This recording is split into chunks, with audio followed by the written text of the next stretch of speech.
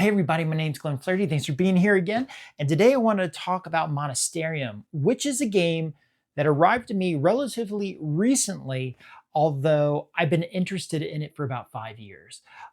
When this came out, it wasn't available in the United States. It was about monasteries and worker placement, and I thought it was going to be super cool. It wasn't in the United States, but eventually somebody was going to bring it. I caught wind. I was involved in reviewing it. They sent me a copy and all the components looked great. Anyway, the Kickstarter finally fulfilled. I got my copy. I've been getting it to the table to play. And I gotta tell you, it's a game that none of us want to play again. I'm not even saying it's a bad game necessarily. Everything works in it.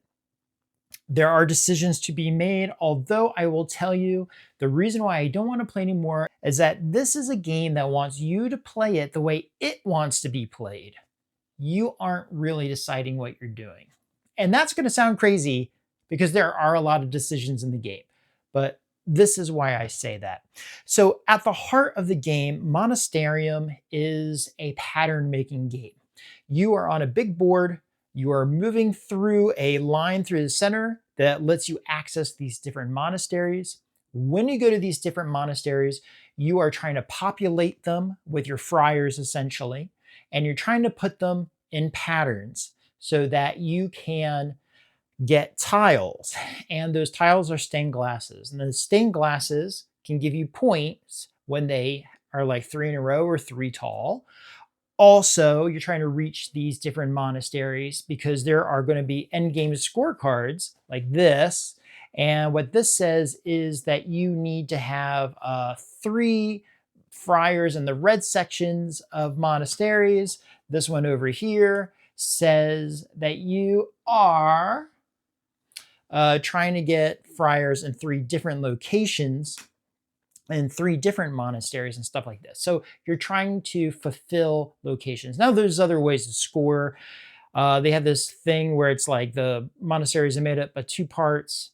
The people here multiplied by the people there, and that's a point. I mean, okay, fine. That's a lot to do.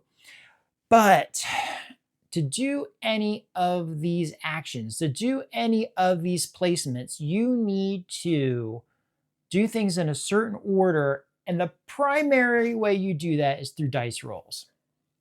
So everyone rolls their dice, and then you're going to have 1 through 6, and then you place them all of one kind, and then you roll them again, and you place those. And eventually the board is populated with 6 different choices. Now, what happens from there is the following. Player 1 grabs whatever they want, and eventually it whittles down. So being the first player seems like it might have an advantage because you get to do an action multiple times. But let me explain how the decisions are made so you can see how I don't really think you have as much say in what you're doing as you would hope. So if you wanted to put your people in a specific part of the monastery, you cannot put them here unless they are tangent to somebody on the outer wall of the monastery. So you have to put it in the outer wall monastery. But you cannot go to the outer wall monastery unless you have certain resources. And you can't get those resources unless you went somewhere else or triggered a different action on your board.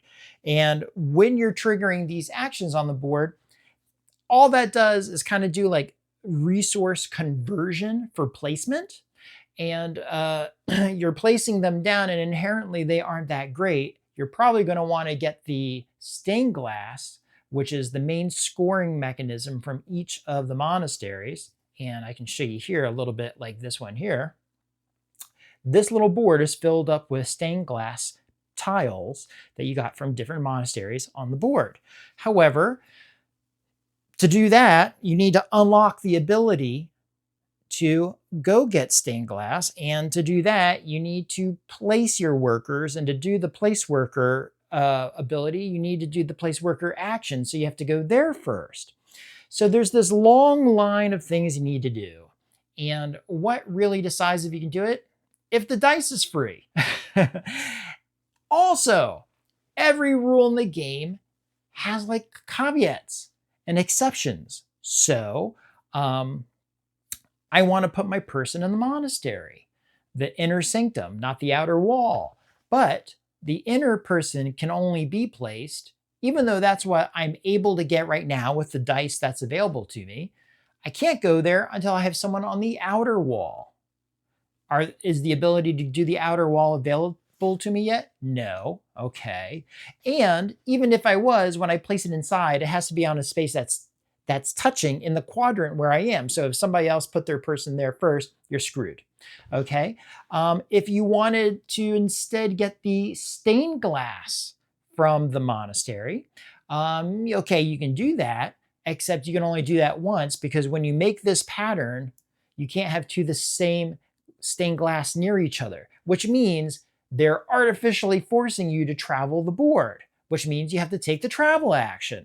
Even if you didn't want to take the travel action, you have to do it. Again, it feels forced. Also, if you want to send friars into the monasteries to unlock powers, and you're like, okay, I'm going to double down on this strategy, there's a rule that says you can't take the same action over and over. You have to like go up and down, because when we look at this board here, there's a whole bunch of actions you can take, but you need to go here in order to unlock. You go here, it lets you take a worker off that exposes these spots. Now you have those options, but you can't do it twice. You have to vary where you're going. So you can't even plot your strategy that way. Okay, so now everybody is forced to travel, forced to diversify this, forced to do it. So you're not really, and what's that dictated by? By the dice that's available. You know, I don't know. It just kind of felt like that. Then there's this crazy thing on the board. Yeah, knock all these off, which is the physical interaction with the board. So we'll start here. Okay, so this has the ability where you start out with a power. And you can upgrade this power and flip this little token. And that sounds great in theory, except when this is laying down on your table, for the life of you, you cannot get your finger in there to flip this thing. So you have to get like a knife or a pencil and flip it over, and then you leave it dented like we did a bunch of times. And then over here, on this board, you need to travel. Okay, well, these colors are kind of faint, so it's hard to see what you need. The icon to send the people there on the board actually looks like it's a wild token, but what it's meaning to say is the token you turn in here has to meet the spot here. And then down here at the bottom, there are 3 eras. And below that 3 eras are the 3 things you can do in those eras. Just kidding. These 3 things that are separated have nothing to do with these. These are just trade-in values. So there's a lot of confusion as it was going on. And then, and then there's like, you have slots for different workers, and then you have more workers, and then they're just kind of hanging out over here. Just checking, it's not too many pages in the book, but I don't know. It just seemed like there was a lot of like caveats to everything you were trying to do. I didn't feel like I had as much control as I wanted in the game. That's the real shame. But the interesting thing was when we were playing it together, none of us were like, wow, I want to play this again. In fact, the first time we played it, we were at a loud party. Now, I understand, not the best place. It was a loud party. It was an industry party, but we were all gamers. And so, and the lighting wasn't that great. Okay, I'll give you that. But what that taught me was the symbols on the board are hard to see unless you have great lighting. So first of all, there were so many exceptions, and the iconography was not intuitive. So as you're trying to work your way through, unless you were very pedantic about everything you did, you would have done something wrong. So bad was it, we decided to play it again. And then we played it again, and we got most of the rules right. A few turns in, we caught the rule that said you can take your action, but not a second time. And we're just kind of like, I don't know, man. We just left not being inspired. Usually we'll even play a game and be like, man, this rule would make that better. But here we didn't really feel it. It didn't feel like it was an engine building game. It didn't feel like there was multiple paths to victory. It was literally just placement and making your patterns.